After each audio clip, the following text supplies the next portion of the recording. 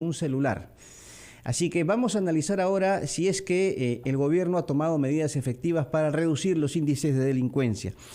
Conversamos con el ex viceministro de Seguridad Pública del Ministerio del Interior, Nicolás Ceballos, además director del Instituto de Criminología. Señor Ceballos, bienvenido. Gracias por atendernos. Muchas gracias. Muy buenos días, Mabel. Muy buenos días, Carlos.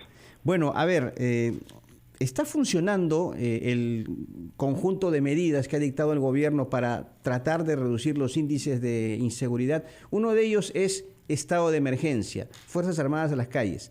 ¿Qué ha pasado? ¿Cuál es la evaluación que hace usted respecto a estas medidas? Mira, sobre este punto hemos sido lamentablemente reiterativos. Desde el principio que se anunció esas medidas, se pidió que se presenten cuáles eran los planes y acciones que se iban a tomar y qué metas se querían tomar en consideración. Y lo que está ocurriendo, lamentablemente, es que hace evidente que no se tenía tal plan, no se tenía tales objetivos con claridad, ¿no? Jamás se iba a presentar esa ruta de trabajo y ahora estamos viendo un poco las consecuencias.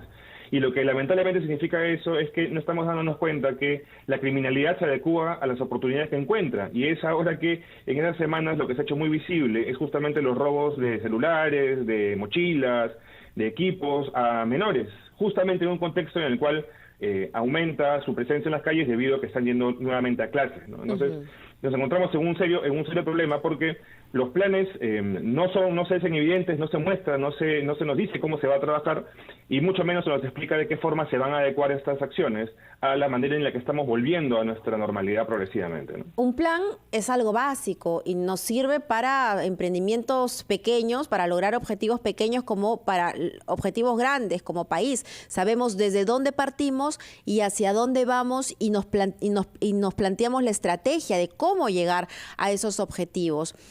¿Existe en este país un plan ya establecido? Porque puede también estar escrito en una hoja y convertirse en letra muerta.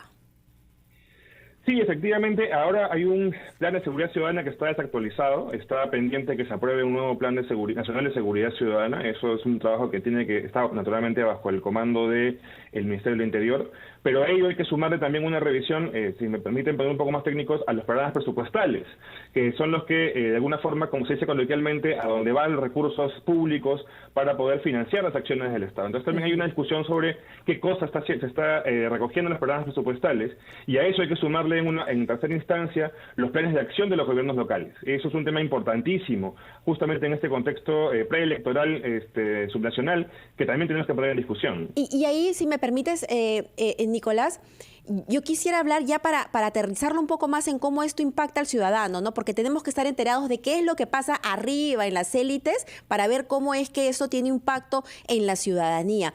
Ayer la doctora, la defensora del pueblo, la doctora Rebollar, nos dijo que el Consejo Nacional de Seguridad Ciudadana no se había reunido hace mucho tiempo. ¿Por qué nos debe importar que se reúnan? ¿Quiénes son claves en esto y cómo es que se articula la seguridad ciudadana a través de este consejo? Te pido que me respondas tras la pausa. Son las 7:17. 7:21. Inseguridad ciudadana es el tema de análisis con Nicolás Ceballos, ex viceministro de Seguridad Pública del Ministerio del Interior y director del Instituto de Criminología. Recordaba yo que ayer conversábamos con la defensora del pueblo y nos dijo que el Consejo Nacional de Seguridad Ciudadana no se había reunido hace meses. ¿Por qué es importante que se reúna este consejo, señor Ceballos? En efecto, la última reunión del Consejo Nacional de Seguridad Ciudadana se realizó en noviembre del año pasado. Y es importante el llamado que hace la defensora del pueblo porque si no logramos que se articulen los actores involucrados en esto a nivel macro, digamos, los líderes, las cabezas de los sectores, mucho más difícil se hace que logremos la articulación a nivel más cercano a los problemas, más cercano a la ciudadanía.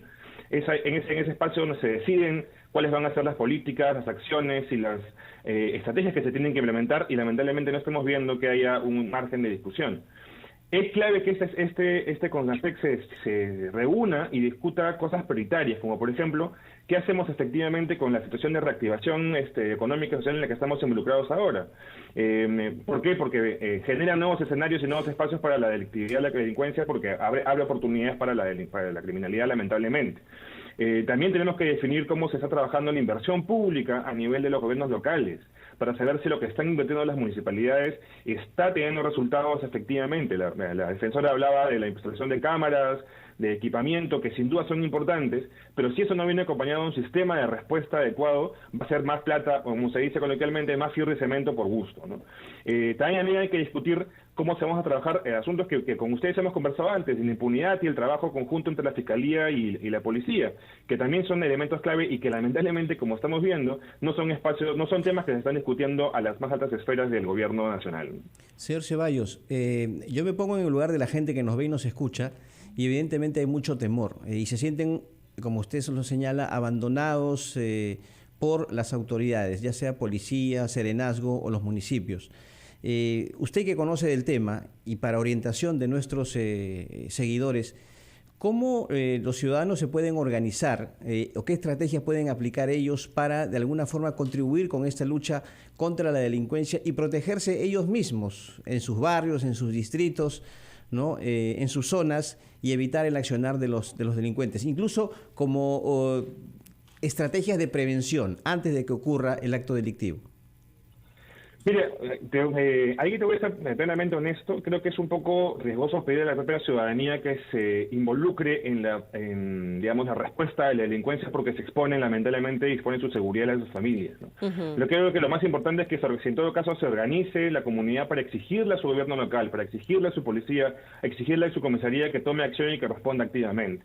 Las comisarías y las municipalidades cuentan con redes de protección, cuentan con redes de colaboración, cuentan con redes de trabajo con la comunidad, que si no están activas y funcionales, no van a poder dar resultados. Pero en todo caso, yo creo que también pueden de alguna manera organizarse y unirse, por ejemplo, en el tema de vigilancia, ¿no? Para colaborar con la policía y también con el serenazgo. Sí, efectivamente, y ahí justamente iba un poco mi punto. En las comisarías existen lo que se llaman las oficinas de participación ciudadana. Si los vecinos se organizan y acercan a esas oficinas y apoyan a la policía para que esas oficinas sean cada vez más activas, más dinámicas, cuenten con más recursos, se podría tener una respuesta más efectiva. Pero nuevamente, permíteme por favor volver a mi punto, hay que buscar formas de articulación entre la ciudadanía y las autoridades que no se expongan a la seguridad de los vecinos y vecinas, ¿no? Pero han habido casos de éxito, ¿no? En donde el barrio, en una comunicación muy cercana con su comisario y con la participación directa del alcalde a través de los serenos, han podido bajar los niveles de delincuencia, pero esto requiere un nivel de articulación y de respuesta importante de parte de las autoridades. Por supuesto que sí, y a eso justamente iba mi comentario. Sin duda alguna la ciudadanía puede tener mucha voluntad de acercarse a la comisaría, pero si la autoridad no tiene una indicación de hacerlo, no tiene la voluntad de hacerlo, esto va a caer en saco roto. Hay experiencias maravillosas de recuperación de espacios públicos. En Trujillo, en la zona de Salaberry, por ejemplo, hace un tiempo tuvimos la oportunidad de visitar lo que era un canchón, un lugar donde se creaba desmonte, y que la comisaría junto con los vecinos recuperaron y hicieron un parque maravilloso, que además lleva el nombre de un suboficial que lamentablemente falleció por el COVID-19, con lo cual te habla de que es posible que la ciudadanía confíe en su Policía Nacional. Entonces, efectivamente, hay que acercarse, hay que hacer incidencia, hay que hacer presión, pero también desde la policía y también del Ministerio del Interior hay que dar la indicación de que el comisario tiene que estar muy cerca de sus ciudadanos y ciudadanas. ¿Qué ha pasado, cree usted, con el sistema de inteligencia de la Policía Nacional, que es importante en el tema de prevención de delitos? Ahí hay que tener en cuenta dos niveles distintos. Una cosa es la lógica de inteligencia, más de corte contra el crimen organizado, que tiene un funcionamiento específico. Como se digo, ha habido una labor muy interesante, trabajo con los megaoperativos hace buen tiempo, pero que eso requiere un trabajo cercano con el Ministerio Público para poder activar y llevar a cabo acciones eficientes. Otra cosa es la labor que se tiene que hacer a nivel de las comisarías para poder detectar espacios, lugares de, por ejemplo, comercialización de drogas o de puntos calientes de robos y hurtos, que tiene que tener una labor mucho más cercana también con los gobiernos locales. Lo que está ocurriendo es que vemos una absoluta desarticulación y no vemos mayores resultados a partir de esa desarticulación, lamentablemente, ¿no? Hay vecinos, sí. Si me permite, hay vecinos que viven amedrentados todo el día porque saben que siempre en una esquina o en otra va a estar este grupo de cogoteros al acecho, esperando, y la verdad es que dicen, no, por esa calle no pases porque ahí ya sabes que están los ladrones. Y esto lo sabe la policía, lo saben los vecinos, inclusive los vecinos ya tienen identificados quiénes son. Pero estos sujetos nunca van a prisión, ¿no? Te pueden robar la cartera, te roban 10 soles, te roban el celular, pero no van a prisión. Es decir, las temporadas van al calabozo, están ahí 24 horas, prácticamente ya son caseritos de las comisarías. ¿Qué se puede hacer en esos casos? ¿Y por qué? ¿Y es o no es conveniente que cambie la legislación para que estas denuncias se vayan acumulando, las penas se acumulen y finalmente desaparezcan de las calles? Sí, ese es un camino. El segundo camino importante también es cómo mejoramos la relación entre la policía y el Ministerio Público, porque lamentablemente lo que ocurre es que la policía a veces interviene, pero el Ministerio Público dice faltó un papelito, faltó una coma, se pasó de la hora, y por esos motivos el delincuente termina nuevamente en las calles a los pocos minutos o a los pocos tiempos de haber sido detenido, y eso genera frustración en la ciudadanía. Ese es un punto. El segundo punto es cómo mejoramos el patrullaje de estas zonas, porque sabemos además no solamente quiénes son, sino en qué hora, a qué horas están, en qué momentos se generan los problemas.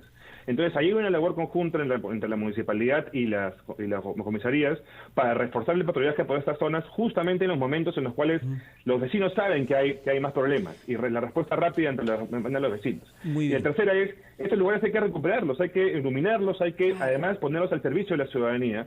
Y no solamente ponerle foquitos, perdóneme aquí que sea detallista, sino que hay que usarlos, hay que convertirlos en parques, en lugares donde la gente pueda hacer cosas productivas para que la gente también las cuide y les dé un mejor uso. Muy bien. Nicolás Ceballos, ex viceministro de Seguridad Pública del Ministerio del Interior, gracias por su aporte esta mañana.